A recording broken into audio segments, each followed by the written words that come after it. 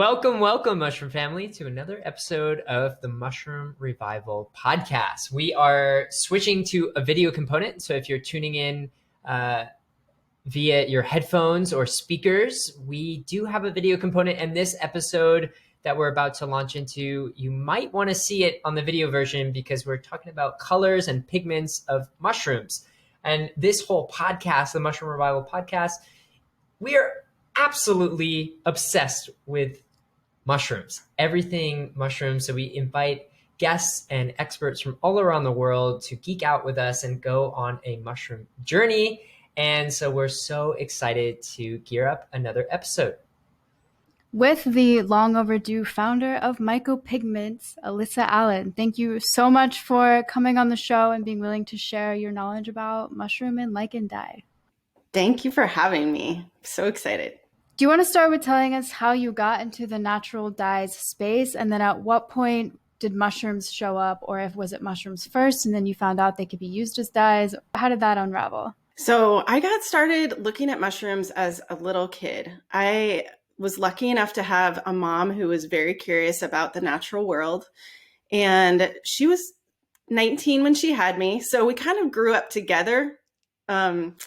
And exploring these things. And so she got her first mushroom book when I was about 4.5. And so we would go out into the woods and look at mushrooms. And I grew up with this Audubon mushroom field guide, looking at it. And when I finally learned to read, I was like, very excited about all of the common names like witch's butter and dead man's fingers and all the exciting raspberry slime. It was just like a treasure hunt going out and looking for these things. And it wasn't until much later that I realized this book it's called North American Fungi, but it definitely has an East Coast slant. So it wasn't until years later that I met some of these mushrooms for the first time that I had been reading about my whole life. And so it was like meeting a celebrity, like Climactodon. Oh my gosh, I know you. I've read about you. So I've been like a mushroom nerd my whole life pretty much. And they're just fascinating to me. I also am really interested in wild edible plants. And so between those two hobbies, it just had me in the forest looking for these treasures. So it wasn't until I was about 20 that I found out there were other people like me. I thought it was just me and my mom. And so I looked in the newspaper and I found this advertisement for the Puget Sound Mycological Society's annual mushroom show. And I was like, mushroom show, very exciting. And one of the lines was black light display. And I was really into black light stuff in my 20s. So I was like, what? Black light mushrooms show? So I went to that and it was mind blowing. There were hundreds and hundreds of different species of mushrooms, all collected fresh and laid out on tables with all these like mushroom elders walking around telling you all about the mushrooms. These are mushrooms that I'd been seeing my whole life, but I had never heard anybody else more knowledgeable than my mom and me. So it was like, I just felt like I found my tribe, and they had free identification classes. I signed up for all of those. I just like really dove into the mushroom identification and mycological world.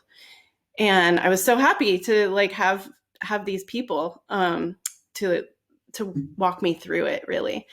And it was at that fair that they had this little tiny display of faded out mushroom dyes. And the display had been around probably for at least 10 years, parked in the sun. It was really faded and just kind of, even the marker that had been written on there was faded. But on the table below where they had placed this display, there were some really bright yarns. And so it piqued my interest, and I had just relearned to crochet. So it was like fiber arts and mushroom world and everything just collided at once. And I was able to ask about this, and like, it was just mind boggling. So the person who had done this little brightly colored display at the bottom, which wasn't even a display, it was just some yarn laying there. She had just taught a few people from the mushroom club about how to do it in the basics of just like you boil mushrooms with some yarn, and some mushrooms just give bright colors right off the bat.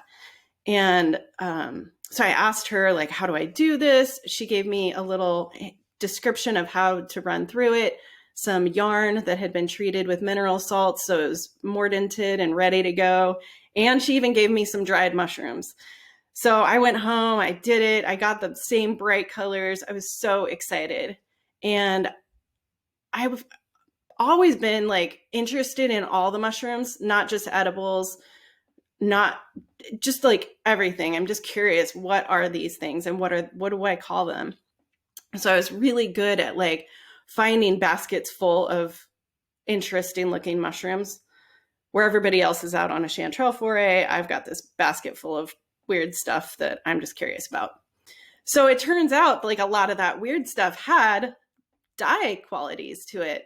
So I just started experimenting with that little bit of information that was given to me. And this was back in like 1999. So it was before social media, before email, even. I might have had an email address, but I never used it. But I didn't have like the community to inform me. I just had this one lady in the mushroom club. And so I asked her everything. And she's like, you know what? You've actually done this more than I have. So you're the new club expert. And that's how I became a mushroom dye expert. So can you define, for our listeners, what exactly is a mushroom dye or a mycopigment? Do all mushrooms have this? Can you use any mushroom for a dye? Is it only a certain kind? And like, is it a compound, an enzyme? Like, what's going on? And why does it make a dye? Okay, so that was a lot of questions. But so I'm not really sure where to start.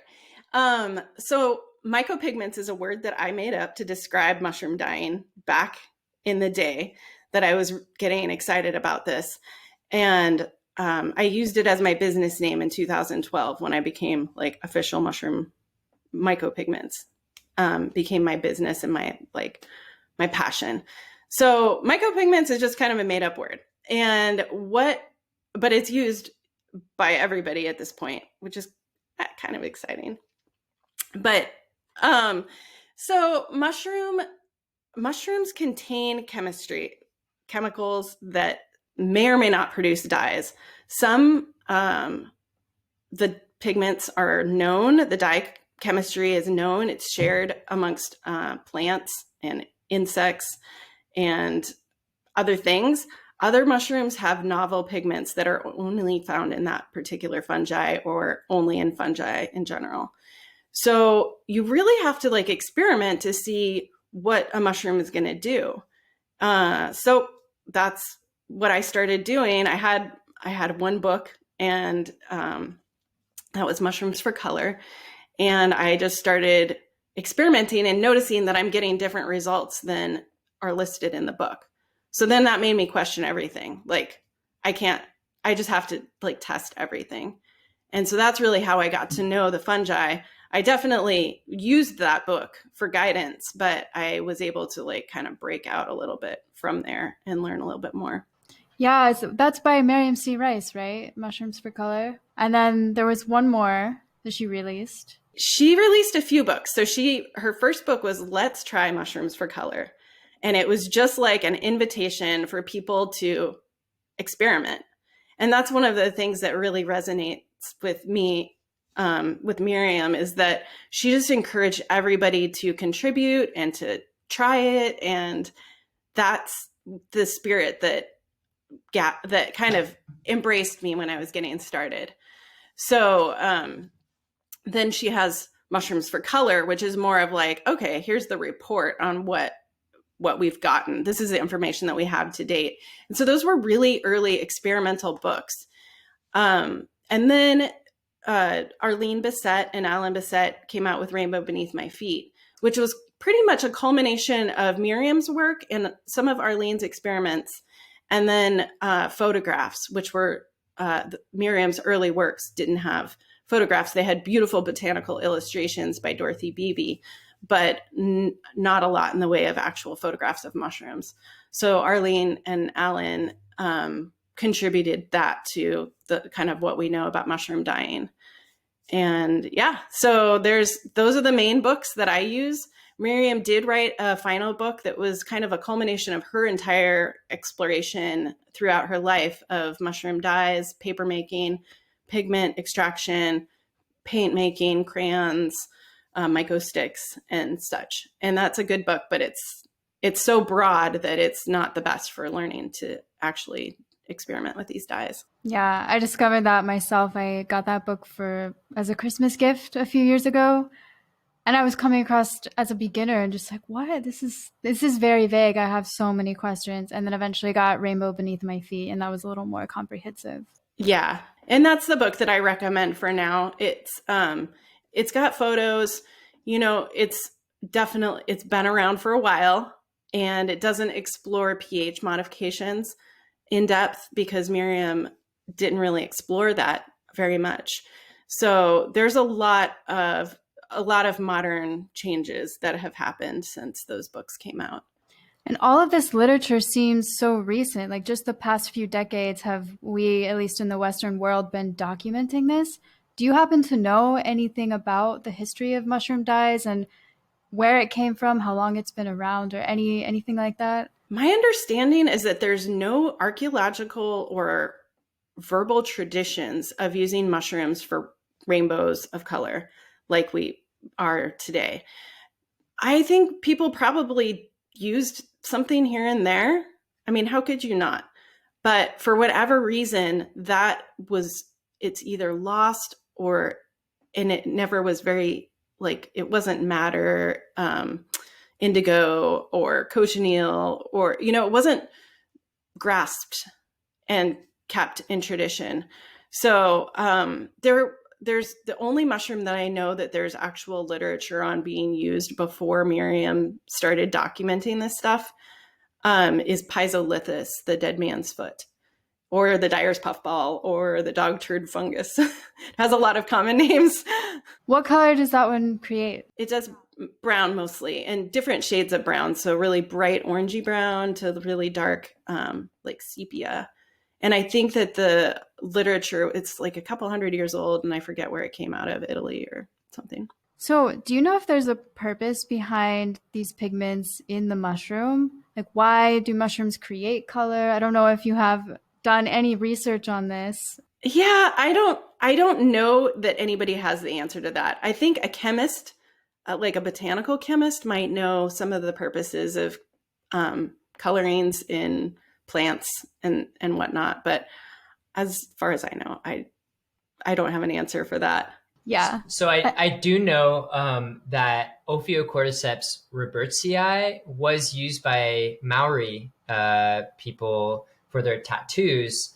I'm probably going to butcher this as ta moko tattoos, the traditional tattoos. And they made kind of a dye with that. It's not yarn or anything. It's kind of body dyeing. But people ask me all the time if you can use mushroom pigments for various weird things.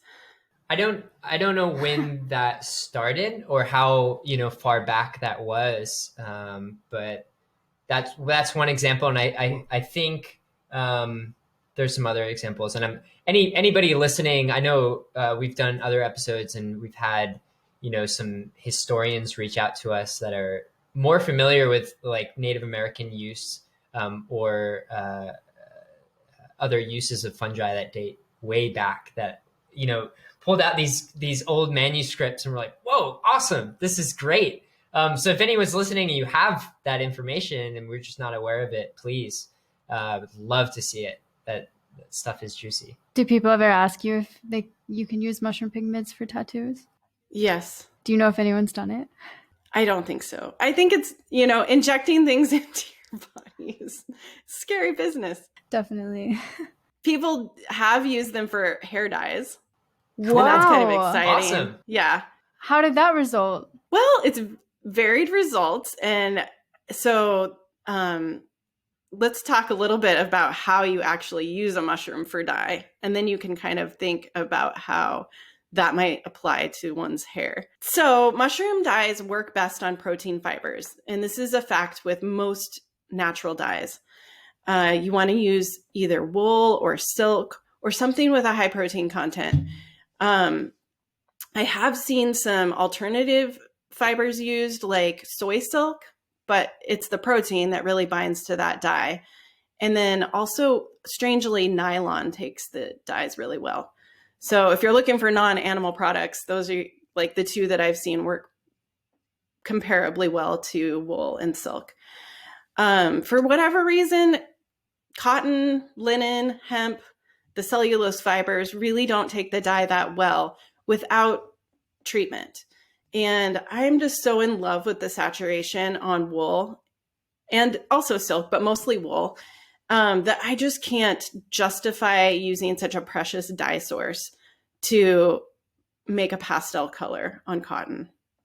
So I stick with protein fibers, and the basic like rundown of what you do, it's really pretty simple. You simply simmer the mushroom in hot water for an hour. This is like the basic. It's totally, in real life, there are all sorts of exceptions to this rule, but basically simmer the mushroom for an hour to extract the dye. And it's just like tea. It's a decoction. You pull out those dye pigments, and then you submerge your fiber in there and you simmer it for another hour. You can modify those colors by using mineral salts like alum and iron mordant.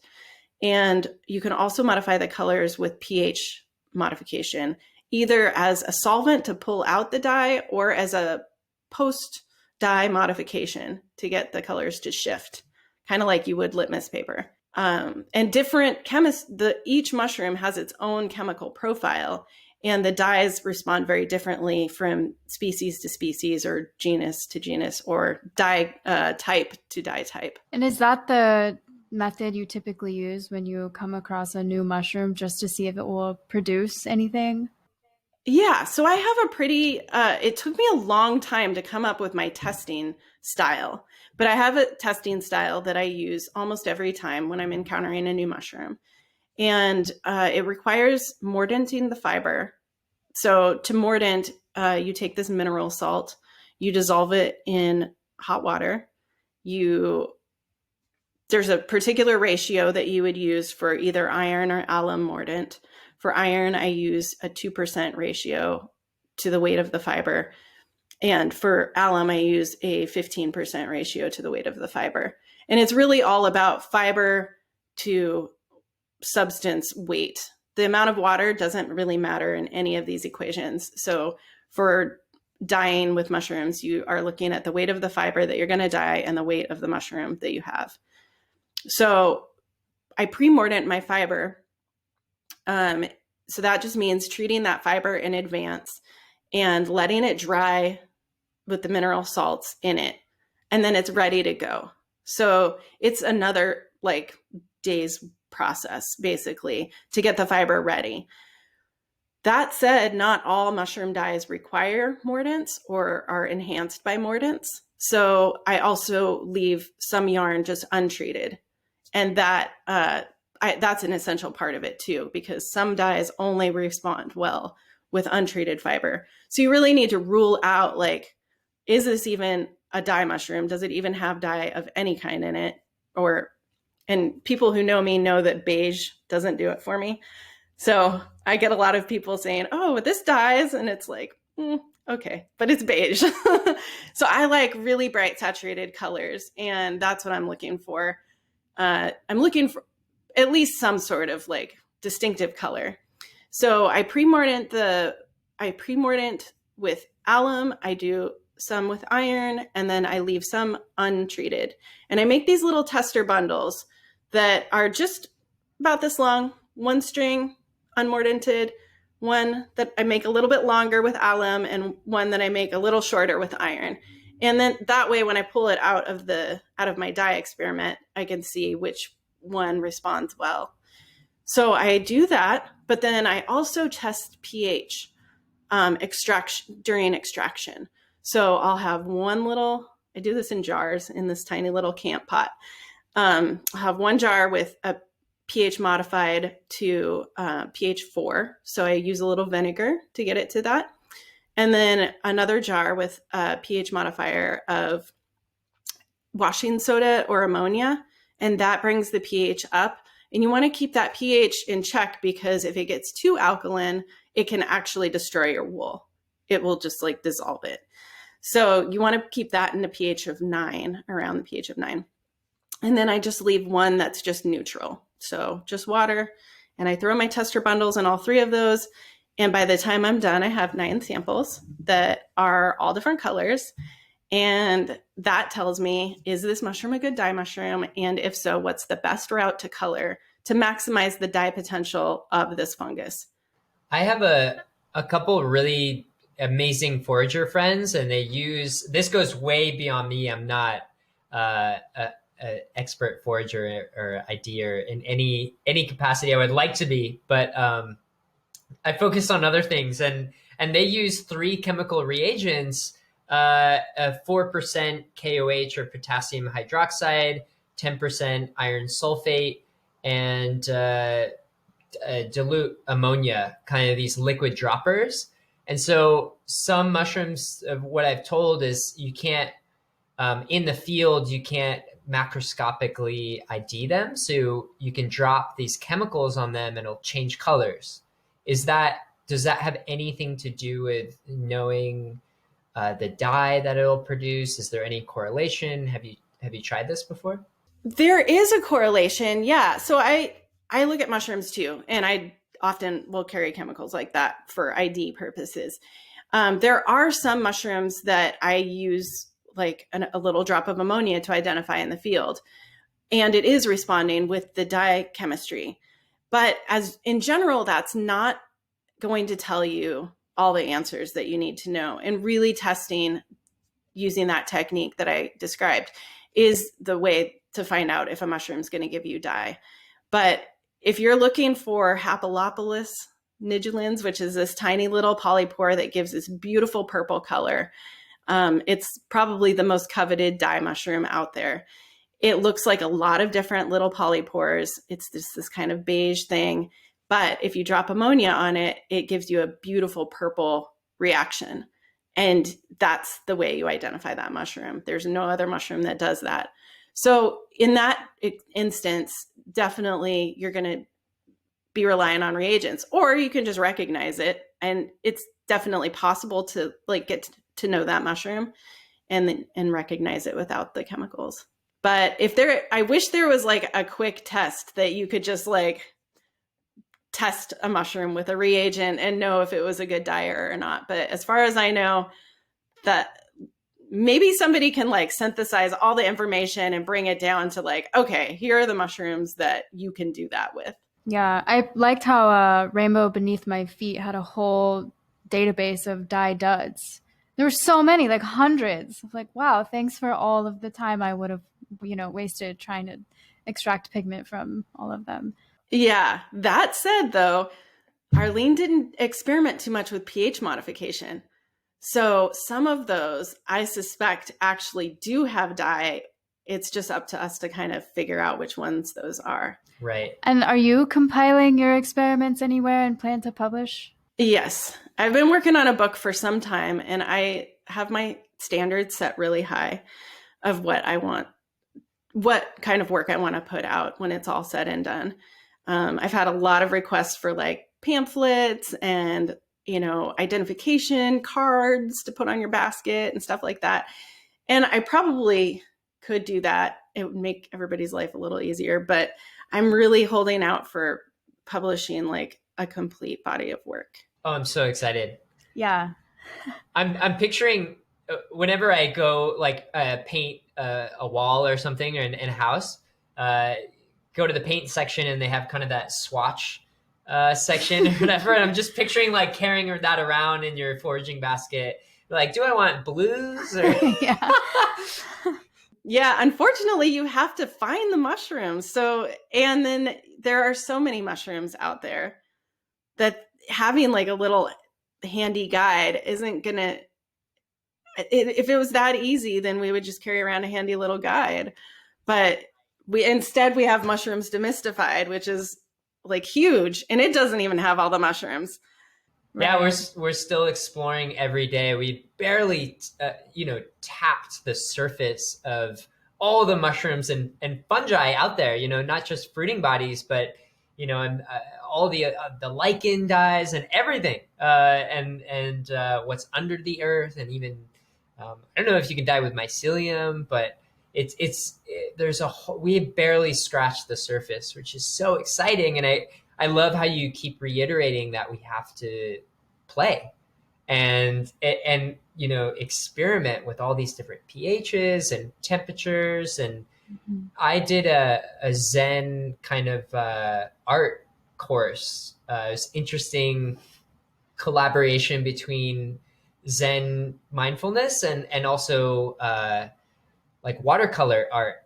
And it was a beautiful kind of weekend getaway in it was in New Hampshire, and this Zen monk was also this avid artist, and she was pretty against the use of chemical-based paints. And part of this Zen practice was to discover paints around you. And so using, the tops of dandelion flowers to make a yellow, or grass to make a green.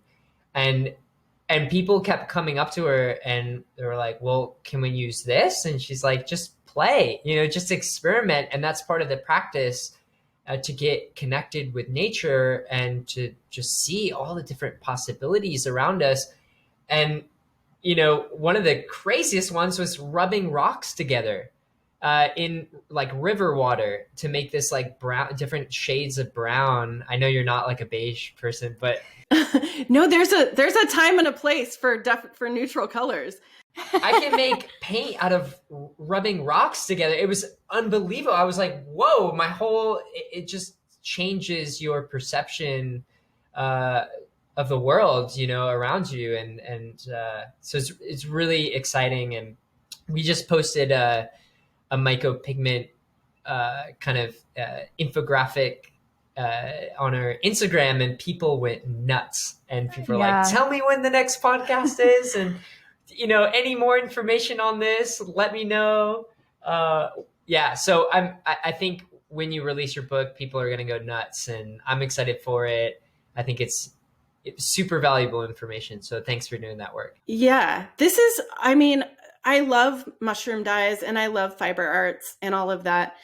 But my passion is with fungi and with earth, and like getting people excited about interacting with their environment, giving them connection to the things that they overlook. That is my true passion. And there's no greater compliment than somebody coming up to me after class or a month down the line saying, I never noticed how many fungi there are, and now I can't not look. I'm curious about all of them. And then seeing that blossom over the years into people actually forging their path in mycology. Like, the dyes are one thing, and that's fun and it's beautiful, but it's really just a way to get people to engage and be curious about fungi. And like you said, we're just barely scratching the surface. Chanterelles, something that humans have been consuming for how long? They just split those up in the last decade or two. They're still discovering new species right beneath something that we just take for granted as being identified, chanterelles. So it's it's very exciting to see this splitting of species we know or we think we know, and finding out, oh, actually that's 10 different species in that complex, to just discovering new fungi. And I was really excited and lucky to have discovered a fungus out in the woods that had never been described before. And I got it named after me. It's this little mushroom called Puzzarella Alissa. And it was found under a research permit under Dr. Largent. And Yeah. And so it was very exciting. I never thought I would find a mushroom that hadn't been identified because, I mean, everybody's been looking at mushrooms for a while now. But it was just this little ephemeral thing that, a couple drops of rain and it's knocked over and gone. It's fast growing, so it doesn't stick around long. And the chances of just that chance encounter of coming across it. And I happen to know enough about mushrooms to say, this looks like an inocebi, but something's not quite right. And it kind of looks like this other thing, but it's got pink spores because I could see that it was pink tinged. And that was enough to make me, pause to collect it. And you got it sequenced, and that's awesome. Yeah. Yeah. I was with other mycologists who kind of took the helm from there, but do you know if it produced a dye? No, I don't think so. And it was just a few, it would be great if it was a dye mushroom, but I'm sure you'll find more. Hey guys. If you love the show and want to continue getting tantalizing mushroom content such as this, please consider supporting us by going to mushroomrevival.com and purchasing one of our amazing mushroom products. This is how we keep the lights on. This is a total passion project. We do not offer any outside advertisers, and this has totally revolutionized our health. We want to spread the mushrooms far and wide in every corner possible. If you're listening to this, we will offer you a special coupon code that we're not offering anybody else. If you're listening to this, this is a little Easter egg that you just found. The coupon code is called PODTREAT, PODTREAT, all caps, no and spaces. To figure out how much you actually save, you got to figure it out. You got to open that Easter egg as well and put it into your cart to find out a special offering that only you will get. We love these products. They help revolutionize our health, and we want to share that health and abundance with you guys who equally love mushrooms as much as we do. So when you go watch a movie, you get a bowl of popcorn, obviously. So when you listen to mushroom podcasts, you get a mushroom tincture pumping through your veins, pumping through your eardrums. You are a mushroom. Help the Mushroom Revival. We love you guys so much. Back to the show. But getting out into the forest is really like the first step in getting into mushroom dyeing or getting into mycology. It's one thing to read about these things in books, but to actually get out and start looking, that's when the real magic happens. I've seen reports of fungi producing really unexpected dyes. So the Tampanella fungus is like a very unremarkable brown, but you can get a green dye from it, right? If you treat it. And so I just started experimenting. Well, I've been experimenting with Tampanella for some time, but I just ran some tests a few days ago. And these are some of the colors from Tampanella. Wow. And the lighting kind of greens them out, but this is a really beautiful kind of plummy purple. And this is unmordanted. So this is just the mushroom and some fiber together. This is with alum, and it kind of makes it a little more silver cast. It's purple, but has a silver gray cast. And then with iron, you really get this dark green. But this mushroom is just beige pretty much. And how often does that happen? Seeing a mushroom and getting a completely different dye out of the color of the actual cap or stem? I would say that that's probably 50-50. Interesting. Almost all dye mushrooms have some sort of color to them. So if you find little white things in your backyard, probably not going to be a dye mushroom. Or little beige mushrooms in your compost, probably not going to be a dye mushroom. Or woody shelf fungi with white under the underside, not likely to be dyers. But most of the mushrooms have some sort of color. Then when you do that hour-long extraction, you'll get another color in the dye bath. And that may or may not have anything to do with the color that you get on the fiber. So there are a lot of fungi that give you this amazing looking dye bath, and you pull it out and it's a totally different color. And that's because there are pigments in the fungus that are not dye pigments. And there are pigments that are dye pigments. And the ones that have the dye are the ones that bind to that wool and that's the color you get. So a lot of times if you have like a brown dye bath and you pull it out and you have kind of a blue-green color, you rinse away the dye bath and your blue-green will be much brighter because all of the brown non-dye pigments will be washed away. It's so exciting. I know, Yeah. like, a lot of psilocybe species, like Psilocybe cubensis, they bruise blue because of this enzymatic reaction with the psilocybin turning to psilocin. And then some boletes will bruise blue because of the same oxidation reaction. Have you tried to dye with those blue bruising mushrooms? And does the dye, is it blue? Because you just said there's different compounds some are dye and that you could use for dyes and some that aren't. So will you get that blue? Those bruising blue colors are amazing. And there are some boletes on the East Coast that are just like so deep. And you put them in water and you see the blue come out and it will not stick to fiber. I've tried all sorts of things and I've done psilocybe tests, total beige, like maybe not even any color. And then I've done these really deep blue bruising boletes, and usually there's also a yellow compound in a bolete, generally, and so that is a dye pigment.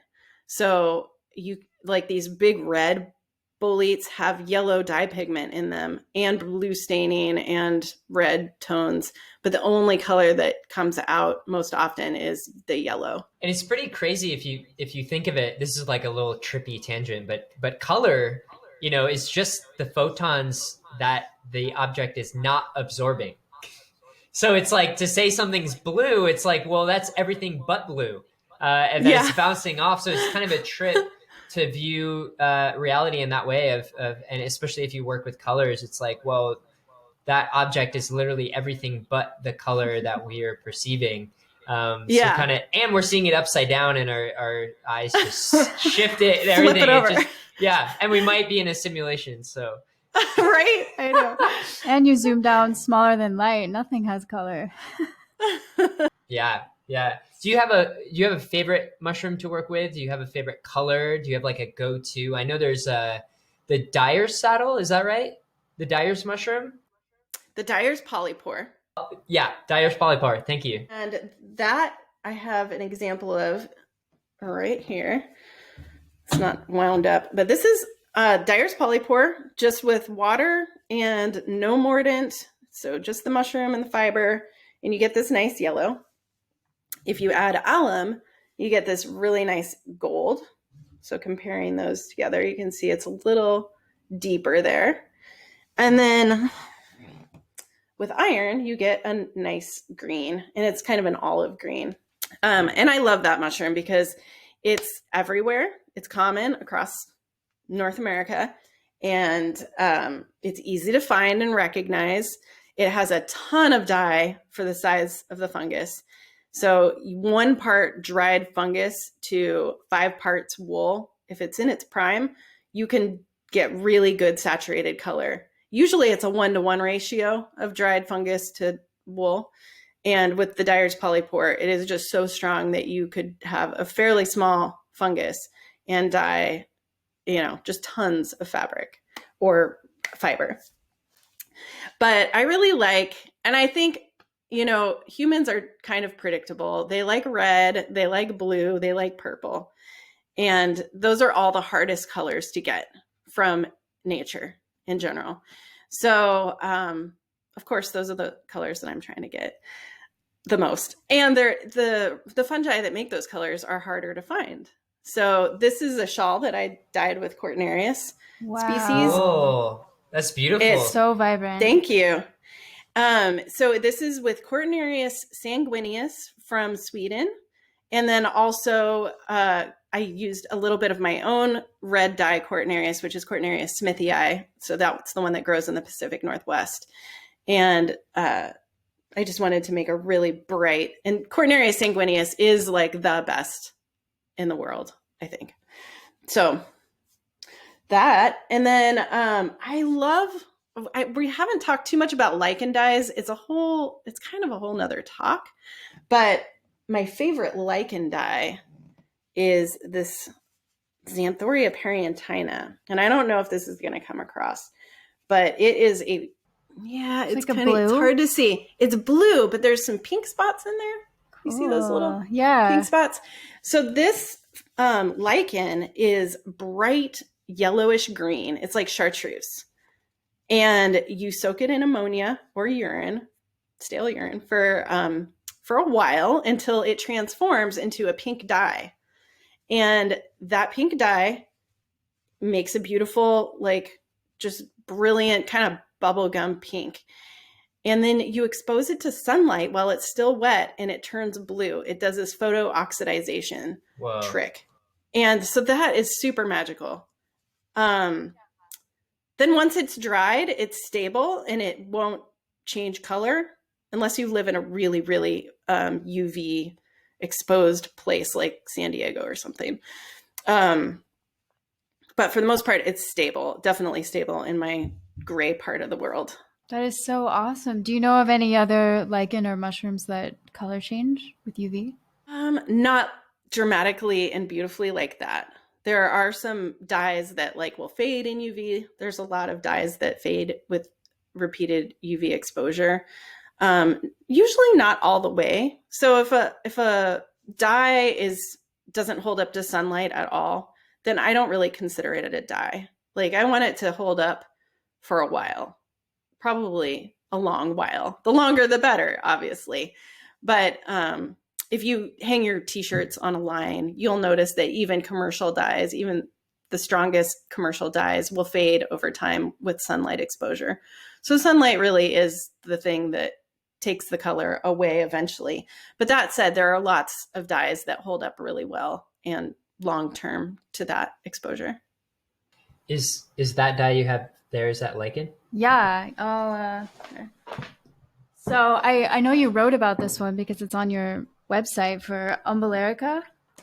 Umbellicaria, yeah, rock type. So I have a jar of it. It looks black on screen, but it's just like the color behind us, like it'll dye this color that you see. I mean, that's amazing. The lighting is definitely influencing the viewer, but. And is that cotton? Yeah. Wow, it worked really well on cotton. It did, and I've put this through the wash dozens of times now, so I'm surprised. I didn't use it. Well, I don't know. Is ammonia technically a mordant? Mm-mm. Okay, so yeah, I did not mordant it. It was just a bleached cotton tank top. Not all cotton takes the dye that well. With lichens, it's a little bit different. So with fungi, it's really hard to get color to stick. But with lichens, it's a little different. And it's gorgeous. How exciting. Yeah. That lichen is really special because it's super slow growing. It grows on rocks. It's often when you find it, it's just everywhere. But you don't want to interrupt its happy life cycle because it's so slow growing and it's doing things for its environment. You just don't want to interrupt that. So, but the exciting thing is it usually grows in places that experience extreme weather or animal crossings in the forest. So if you go beneath those rocks, you can often find layers and layers of where it's broken off over the years, and you can ethically harvest it from the ground where it's no longer performing its lifely duties, and you can feel comfortable and confident taking that from the forest. So, but it's important not to go and pick them from the rocks. Totally. Yeah, most lichen are so slow growing and some way more than others. And what I thought was really cool, because I wasn't part of that experiment. I was just watching and learning about mushroom pigments from Lyra, but that you could use the dye over and over again. I thought it was the coolest thing, and kind of talks more about the sustainability approach of, it's not a one and done and you dump it and you have a dyed shirt. Is that you could dye a lot of things, and just keep using the liquid. Is that right? Yeah. So you can get different shades. It's really interesting. I use that a lot. So like I said, I really like saturated color. I say it's to compensate for my lack of creativity because if it's really bright, then nobody notices your mistakes in knitting or whatever. But so I always go for that really saturated color first, but that means there's a lot of dye left in my dye baths. And so consequent dyeing, they call it exhaust dyeing or exhausting the dye bath. You can get layers and layers of either lighter shades, which is what you would expect, just kind of a more dilute dye, or with some fungi like this Cortinarius, you get a totally different color the second time around. Because the red pigments, it's got multiple dye pigments in that fungus. And so there's some reds and oranges and yellows. And if you keep going, you get this red, and then you get kind of a rose color, and then you get a peach, and then eventually you get down to yellow, and that's the last color. But the red attaches to the fiber first, and then you just work your way through it. So when I say you can dye 1-to-1 is like the normal dye ratio of weight of fiber to the fungus. That's for the intense color. But if you want to keep working with that dye bath, you can keep it going until you run out of fiber. There's so many surprises. For me too. I keep doing these experiments because every time I interact with a fungus, it's a little bit different. There's so many things going into it, like the age of the fungus when you collect it, that's different every single time. There's no way, unless you're cultivating, which none of these mushrooms have been successfully cultivated for dyes. They're all wild. So that's something that's out of your control. Like, how old is that fungus? What kind of weather has it seen? Has it been rainy? Has it been dry? What's the mineral content of the soil? What's the other stressors that this fungus has been through that have either driven up the pigments or taken them down? And yeah, and there's no answers to any of those questions. That's where the play comes back in. You just enjoy the journey. It's a wild card every time. Talking about play, you brought up the phrase was protein fiber. Was that right? And immediately I thought of mushrooms. They're jam-packed with protein. I know some vegans out there will actually not eat mushrooms because it's so close to meat, which is crazy. It's like, they think they're alive, which they totally are, and everything's alive. But and this is a question for both of you, because I think, didn't you dye cordyceps mycelium with that rock shrike? Yeah, I did. And have you tried to dye? I don't know if you played with any myco materials. I think it's a huge thing now of like making myco leather and mushroom paper and that sort of thing. So it's interesting. I don't know. I don't have a chemistry background. I play with these chemicals all day long, and we cook and we do things with chemistry all the time, but I don't have a formal understanding of how it all works. But my understanding of some of the proteins that I would think of that might attach to the dyes, the first thing that comes to mind is chitin. So chitin's a part of most mushrooms. And I think that's it's similar to shrimp shells and crustacean shells. And the dye doesn't really seem to be taken away by having higher chitin content in a fungus. So as far as fungi dyeing fungi in the dye pot, so my main thing that I'm thinking about right now is lobster mushrooms, which just happen to have a similar common name to shrimp, but no connection in any way in that form. But the core of the lobster mushroom is a different mushroom than Hypomyces lactiflorum, which is on the outside. So the inside is Russula breviipes, which is just a white mushroom, and it's just kind of puffy and stuffy and white. And it doesn't. So when I make the lobster dye, I'm often peeling the outside core of the fungus off because that's where the dye is. But I'm doing that mainly so that I have a good ratio and understanding of how much dye material or dye stuff I'm using to my fiber. But the interiors don't detract from that. They only change the weight. So it's harder to gauge my recipe. So sometimes I don't have time to peel all the lobsters, or I'm doing a live demo where we've got baskets full of lobsters and we just throw them in. And it doesn't seem to like the white stuff doesn't seem to take the dye away. That's a valuable observation. And I don't know if what I did with the mycelial mat was just like the dye was stuck in between the matrices of the mycelium. Like it could have been that. I was going to say with the paper, I've definitely tried to dye paper, and I've made paints, mushroom paints before. And it's different. So it's an application versus that magical thing that happens between the protein and the chemistry of the fungus. So you really get a transformation when that bond happens.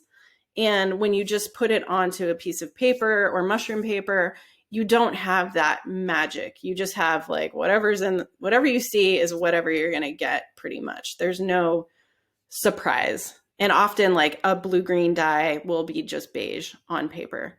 It's not doing that magical transformation. Do you know if there are any mushrooms where you get, because you were just talking about the lobster mushroom and the outside is really where the dye is. Are there any other situations like cap and stem mushrooms where the cap is giving you a different color than the stem? Yeah. So Cortinarius smithii and Cortinarius semisanguineus are both mushrooms that have really bright red gills. And smithii has a red cap and semisanguineus has kind of a mustard colored cap. But the stems on both of those fungi are kind of tawny, just yellowish.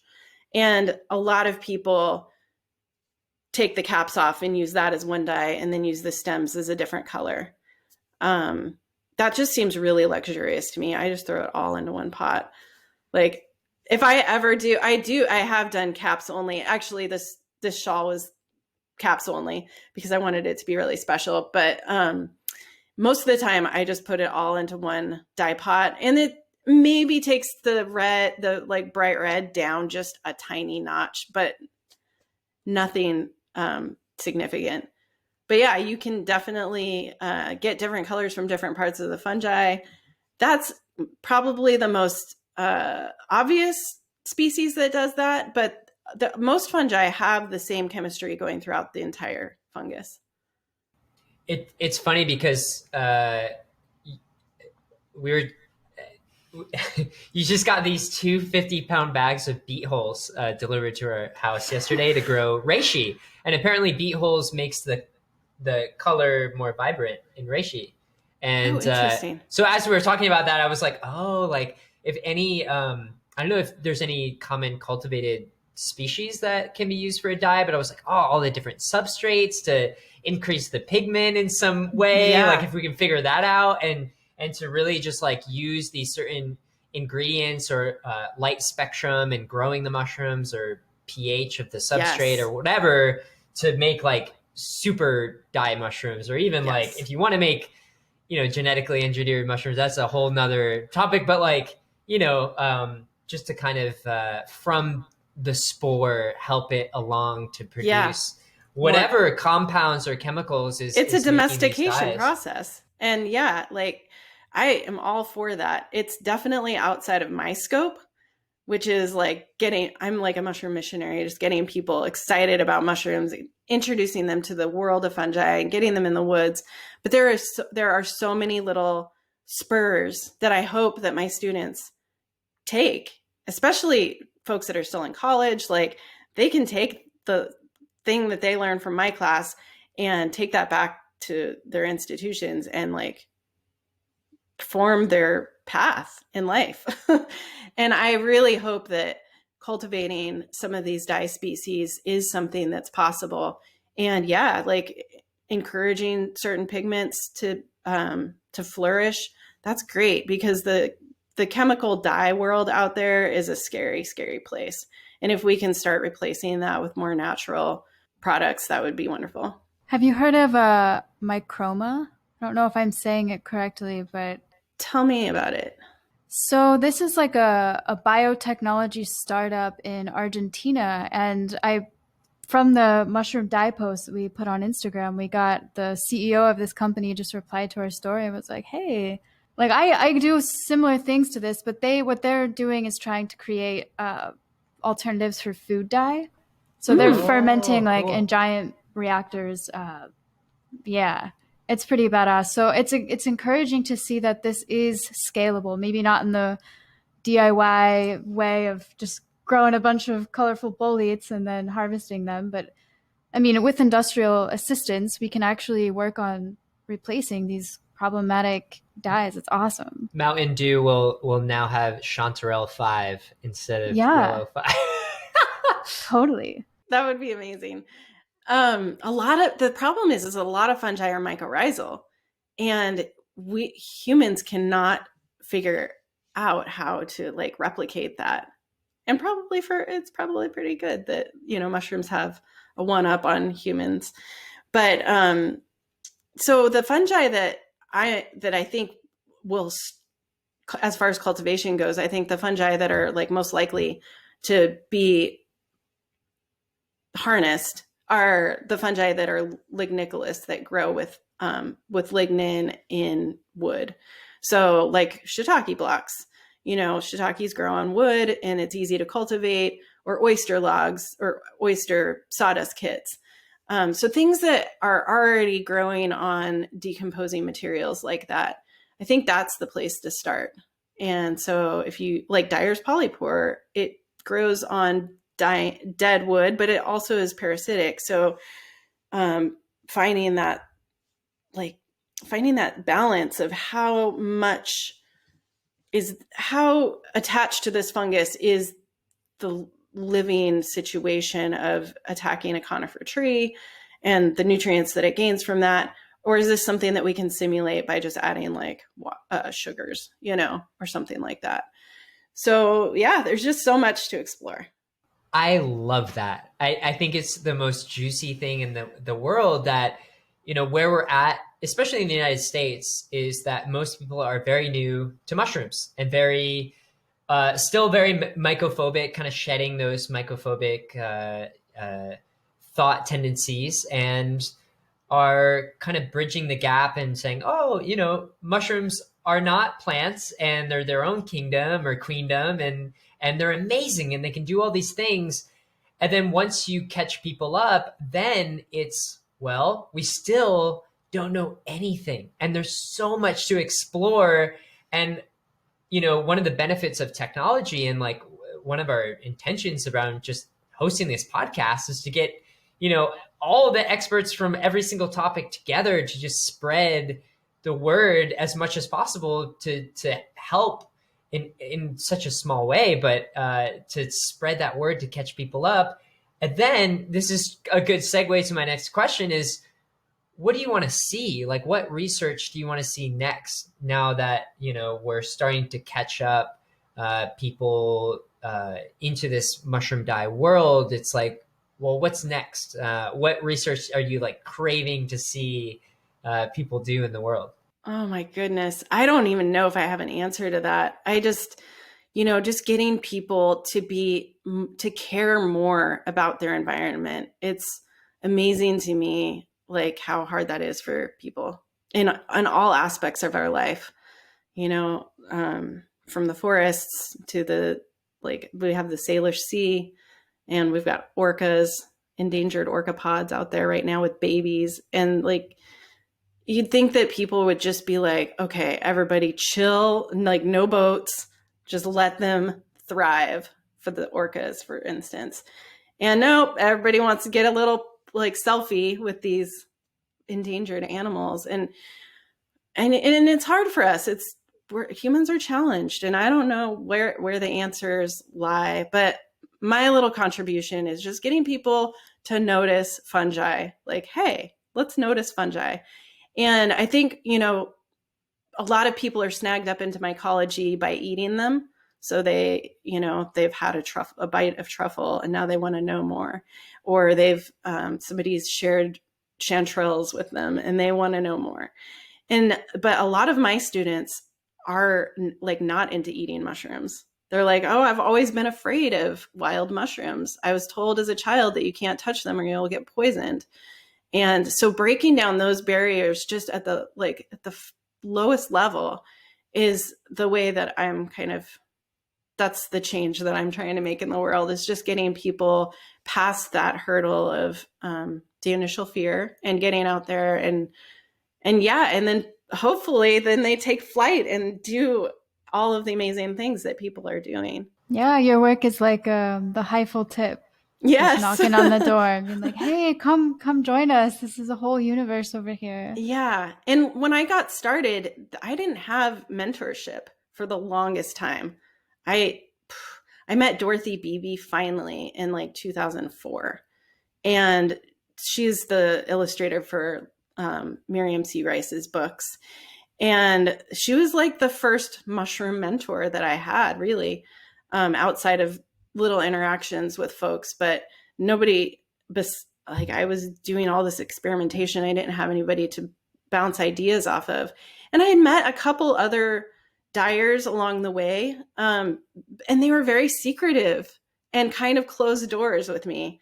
And so when I finally decided that this is where I'm going with my life, I never set out to be like, I'm going to be Mycopigments and this is what I want to do with my life.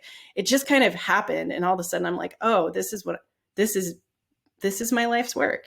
And so when I realized that, I started the Facebook group, Mushroom and Lichen Dyers United. And it was my intention to just, like you said, bring people up to speed as quick as possible. So get the discussion going. I'm super open with all of my information, for better or for worse. And for my passion is to include everybody in this and just get people going so that then everybody else can like sprout off and do the things that they're going to do. And I love this group. It's 9,000 members now, which is just incredible to me. That's amazing. And it's super active every day. I go in there and just kind of oversee what's going on. And there's like, people are looking and engaged and trying to dye their hair. Yeah. It makes my heart just beat an extra beat. That's so special. And like, what a fun way to get in touch with mushrooms. And I feel like you're reaching a crowd that you don't typically reach with all these other ways of getting people into mushrooms. Like now you have the DIY crowd that tends to be more introverted and older a lot of the time. It took me a while to realize who my audience was because I got started with this in the mushroom club, and mushroom people, we're interested. They're curious. Everybody's curious. Mushrooms for color. It's exciting.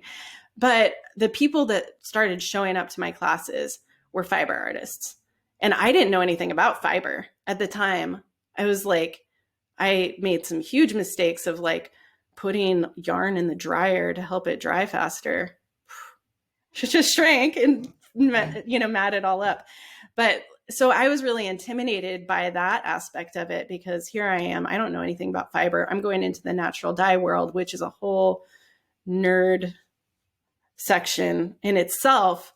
And it took me a while to get up to speed where I felt like, oh, okay, I can actually like talk about this and know what I'm doing.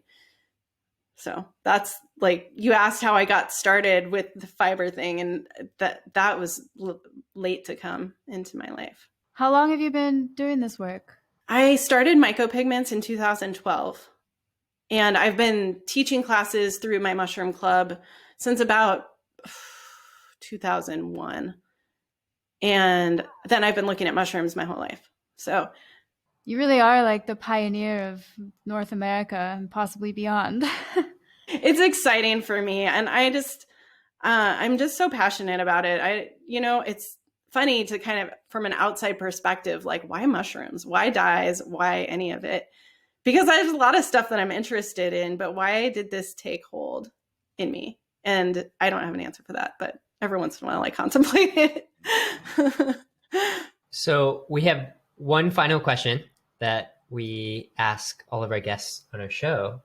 And that question is, if mushrooms had the microphone and could say one thing to the whole human race, what would they say? I would say, okay, take a hike. That can be taken a few different ways. Yeah, I love that. Maybe it's been said before, but that's like, what do mushrooms want?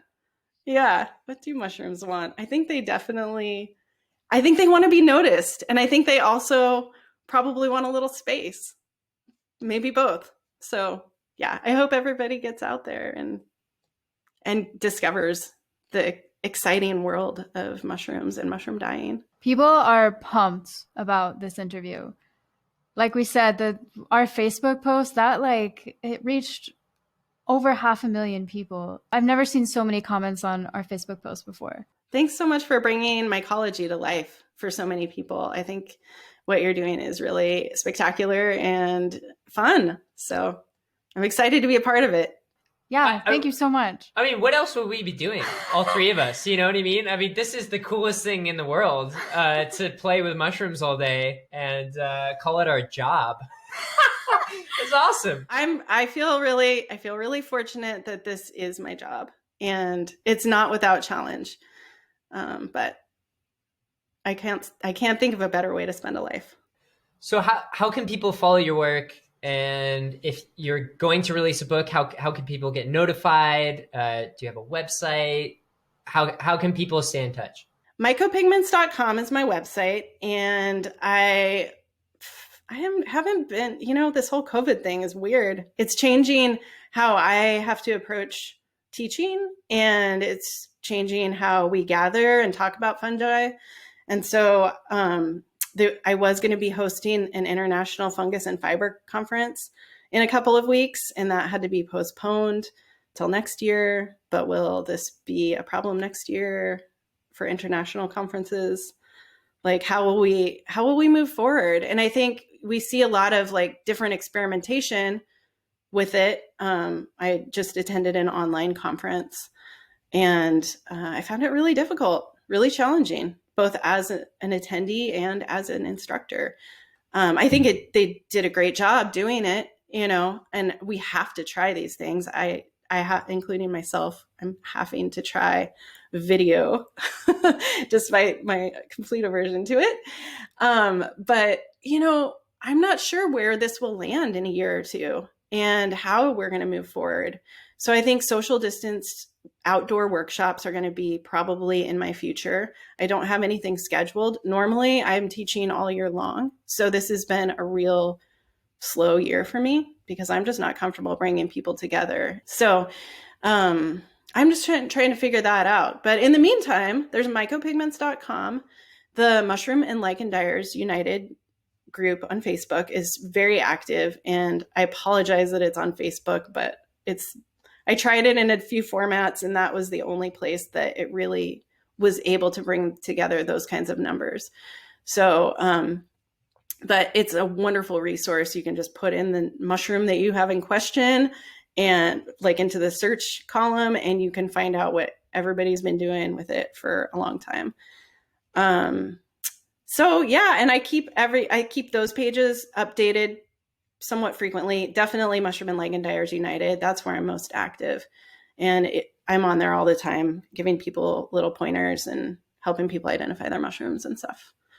Yeah, and I hope to have the book out in 2021. I've been working really hard on it. That's soon. Well, yeah. Maybe it might be December 31st, 2021, but I'm trying.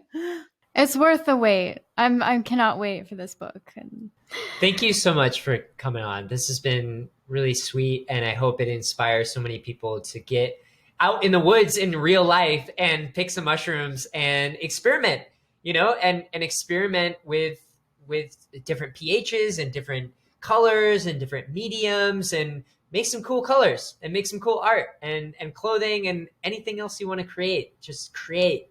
Yeah, and don't be afraid to touch mushrooms.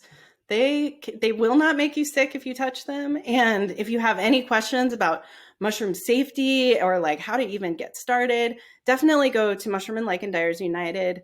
Send me an email, mycopigments@gmail.com. Join your local mycological society. They raised me from somebody who thought they knew about mushrooms to somebody who actually knows about mushrooms. And it's just instrumental. And even though things are a little more distanced now, a lot of mushroom clubs are still going out into the woods. You can still learn a lot and stay safe while you're doing it. So definitely get out there. It's mushroom season in almost every part of the US right now. So join your mushroom club, kids. Thanks again for having me. This has been wonderful. Oh my God, thank you. And thanks for all our listeners tuning in and our viewers watching. If you're watching this or listening, we don't discriminate. And thank you so much. We're sending a big fungal hug out to wherever you are in the globe or universe. And please reach out. We would love to hear your feedback. Even if it's just to say hi, we're super friendly people. So we'd love to talk about mushrooms or anything else that you want to talk about. And if you have any ideas for future podcasts or any guests that you want us to bring on our show, please reach out. And if you want to hit subscribe, if you want to leave a review, whatever is authentic to you, 1 star or 5, whatever. And we're sending so much love out for you. As always, much love, and may the spores be with you.